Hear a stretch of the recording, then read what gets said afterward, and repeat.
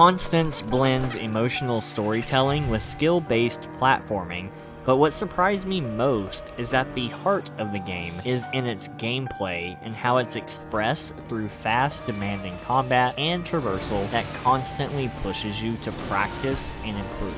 And thanks to the devs, BTF, for the free review copy. This is a Metroidvania that feels like Hollow Knight had a baby with Celeste, wrapped in a very artful world that's really pleasing to look at and even better to master. Now, the core moment-to-moment gameplay loop in Constance is a fast, precision-focused platformer.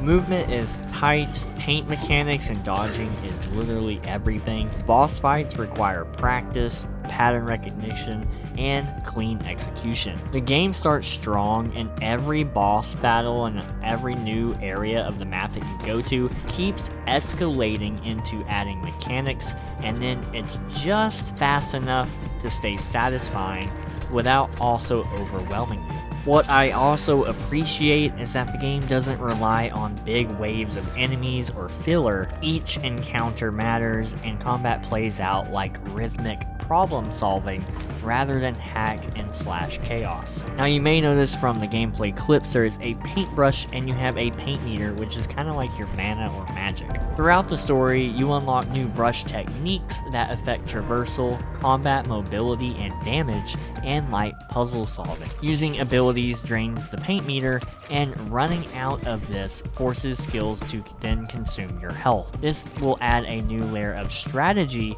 because it's not about spamming these mechanics, it's about choosing the right moments to push your damage or push these different skills. And for me, boss fights are absolutely the highlight. Each one brought something new to the table, they have unique mechanics, they test new abilities that you recently learned, and it feels like a personal trial rather than them just being big damage sponges. And my favorite section was the carnival bosses, which combined thematic spectacle with mechanical clarity. There wasn't really a single boss in this game that I consider weak or forgettable. I really did enjoy them all. And I'm not showing the carnival bosses because I want you to be surprised when you play the game. Now, normal enemies outside the bosses also vary. There's flying attackers, zoning threats, melee chasers, scripted patterns. It's a small roster that's used effectively, and god dang, I hate these stupid smartphones. But this is a game built around mechanical growth and not just content padding for the sake of it. The world is semi-interconnected like a Metroidvania, but progression is mostly linear when it comes to skills. There are reasons to explore, like heart upgrades, paint upgrades, side quests, and some optional resources. But here's where pacing can stumble a little bit, because there are elevators that allow you to sort of fast travel, but backtracking to the side quest is where it becomes a little painstaking and tedious. It's not enough to hurt the main experience, but it does discourage that optional content.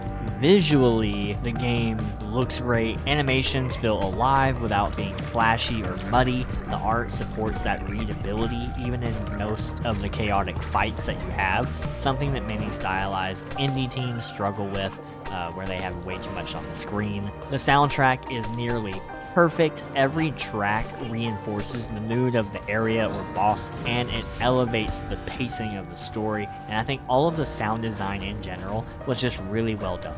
There's no traditional voice acting as well, it's mostly stylized sounds and reactions, but it does fit the aesthetic. Now, the story premise centers on mental health, emotional burnout, and self-discovery inside a deteriorating inner world.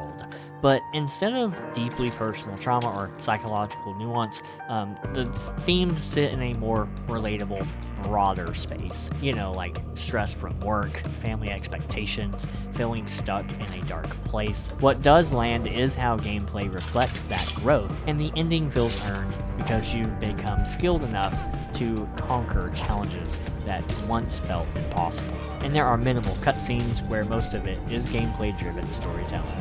I would estimate the main story to be about 6 to 8 hours in length. It starts strong, ramps up fast, and there are a few difficulty spikes, but that comes with that practice and improvement. This really is a hardcore gamer game, and casual players will struggle with the platforming and combat. I can't tell you much about the mouse and keyboard, but it was very smooth on the controller because the game was designed for it, and I think it did really well in that aspect. And as far as any crashes or bugs, only one soft lock happened during the final boss fight of the game in a very specific section doing a very specific dodge action. So I had to restart the game on that. But other than that, everything else was just fine.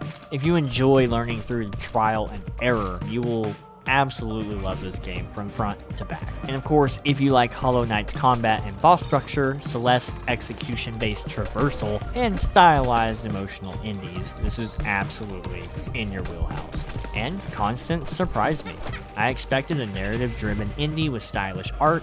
Instead, I got a tightly designed action platformer that constantly challenged me. Please like and subscribe if you enjoyed my review. You should also click this video to check out my review of Fountains, an amazing RPG that you should be aware of. As always, keep gaming and stay awesome.